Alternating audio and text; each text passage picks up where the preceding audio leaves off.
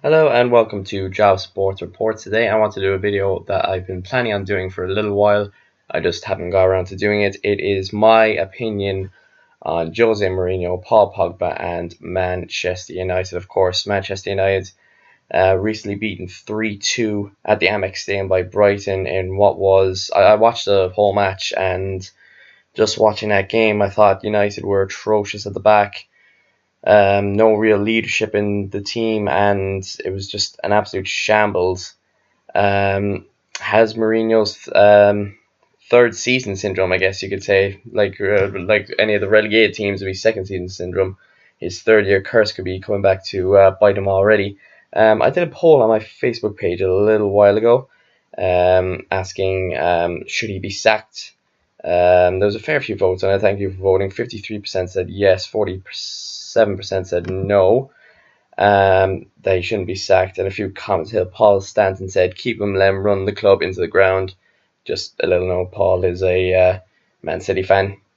So, yeah, of course he would say that. And Louis Lee, good man of mine, said, I think if he don't deliver this season after all the money he's had, then it's time to F off. I'm not going to try and swear on this channel off the bat.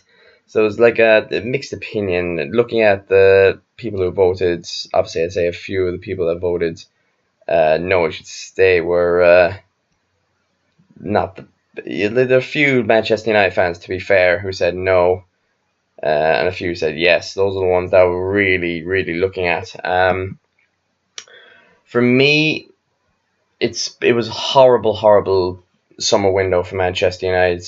They needed massive straightening at the back. Obviously, the signing of Fred was very good. They purchased him, what was it, for around 59 million euro? I'm going to say euro.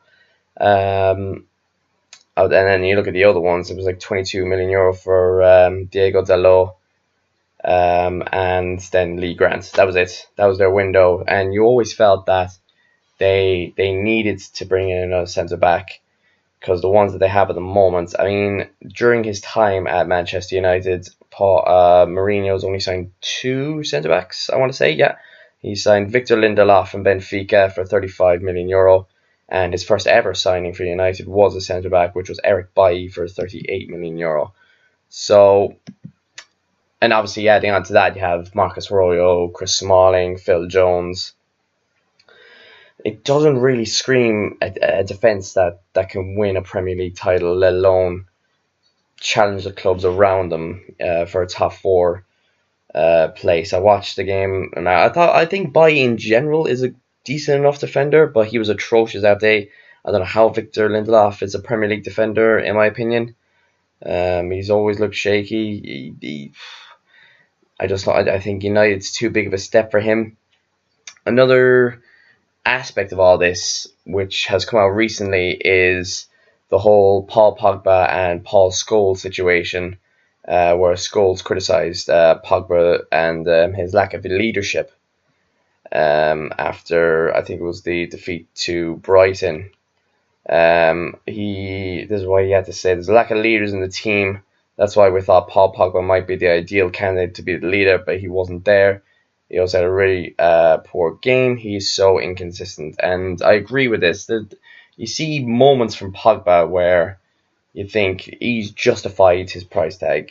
I mean, I thought he was decent in the game against Leicester on the opening day. Given the captain's armband, scored the penalty, looked pretty good, but he was nowhere to be seen in that second game against Brighton. Even saying that, they weren't in the right mindset. He coming out and saying that they weren't in the right mindset. I don't know how they couldn't be in the right mindset. You go to Brighton, you get results. Brighton are one of the favourites to go down this season, and for Manchester United, these are the sort of games they'd have to win in order to stay in the top 4. Because Chelsea have surprised me by how good a start they've had. A bit iffy against Arsenal, but they got the job done. They were very impressive away at Huddersfield. Arsenal, I predicted them to finish 6th.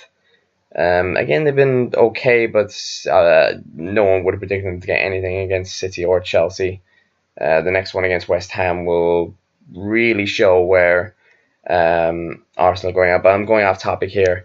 Let's get back to United and the whole situation with Pogba and Scholes. So, obviously, Pogba's agent obviously had to come out and say a few words about Scholes. Mino Raiola, he said, some people need to talk for fear of being forgotten. Paul Scholes wouldn't recognise a leader if he was in front of Sir Winston Churchill. He then followed that up by saying Paul Scholes should become sports director and advise Woodward to sell Pogba. Will be sleepless nights to find Pogba a new club. If I was Pogba, I'd be shutting him up. Pogba, in my opinion, won't be half the player that Paul Scholes is. I think if Paul Scholes was playing nowadays, he'd be worth 100, 150 million. There's a reason he's been compared with the likes of Frank Lampard, Steven Gerrard as three of the best centre mids that England have ever produced.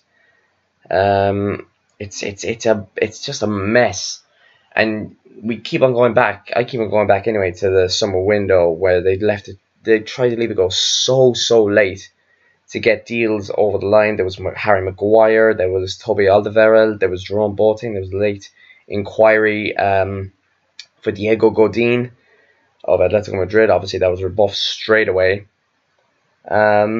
It's a mess for me. I don't want to say he's lost the dressing room, but there just didn't seem to be much fight in that United team against Brighton. And does that come from Mourinho's lack of just... It's so hard with Mourinho because he gets the results. Obviously, you look at the first 2 seasons any club he's had, he gets results. I mean, even look, he won the Europa League and the Carabao Cup for United in his first season. You know, he delivered success. And then last season he kept them in the top 4, got them to an FA Cup final. But then Champions League, major disappointment, where they were knocked down the last 16 by Sevilla, and he just looks so defeated. You know,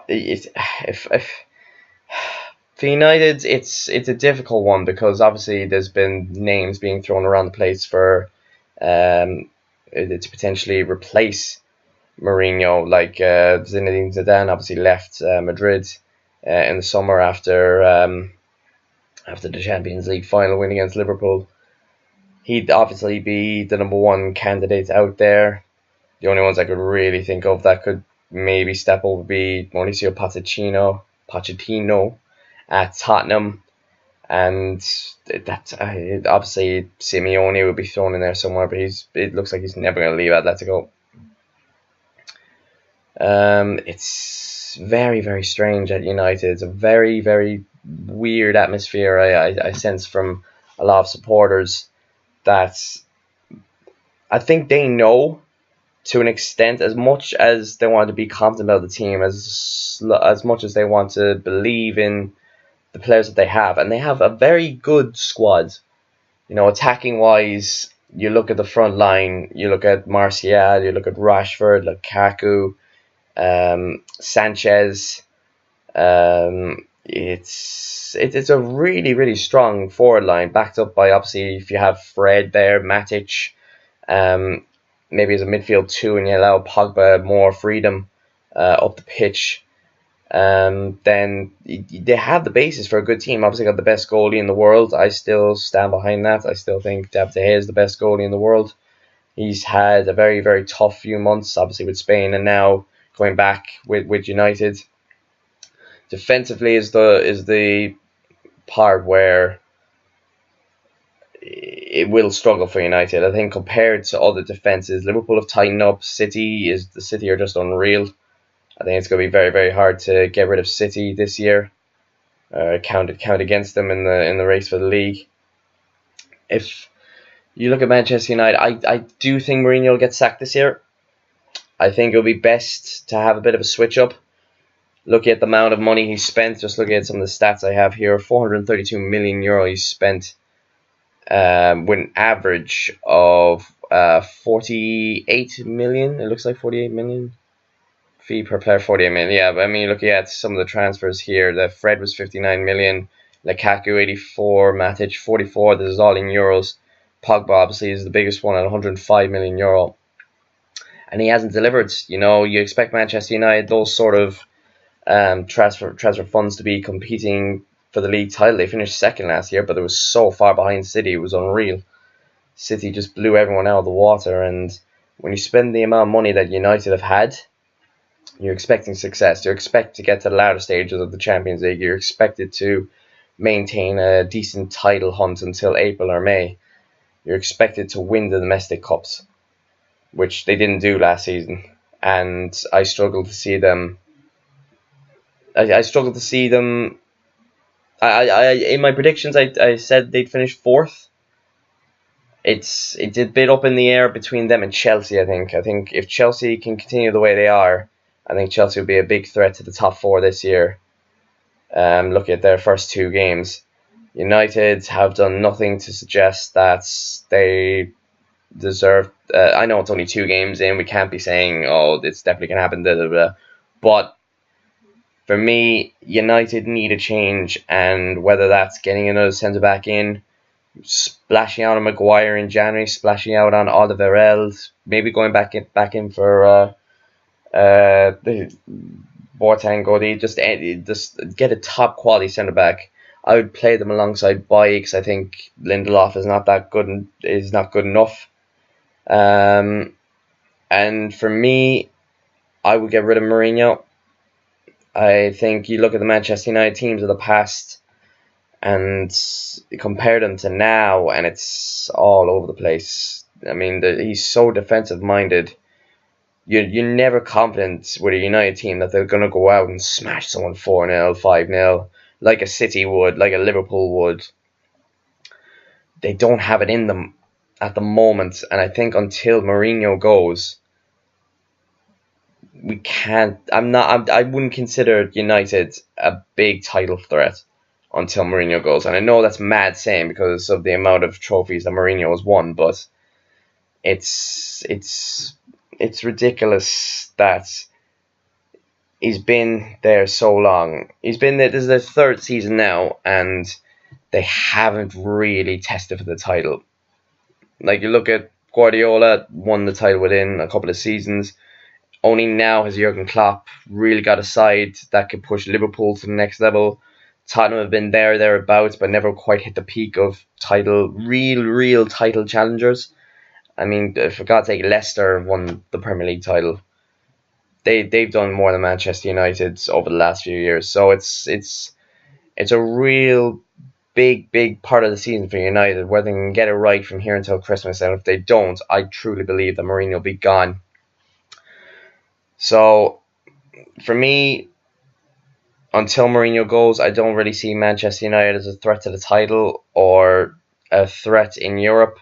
If they can get Zidane, I think he would get them playing a very, very attacking football, and hope for them, for their sake, they better adjust fast, because under Mourinho, it's just going to go to, it's not going to go well, in my opinion.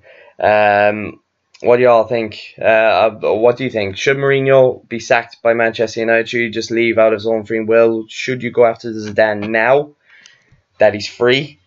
What do you think in the comments? Leave a like, share, subscribe. I'd love to see a load of comments on this because it is a big topic at the moment. I'd love to get people's opinions on it. Remember to subscribe. Jobs for support. I'll see you all later.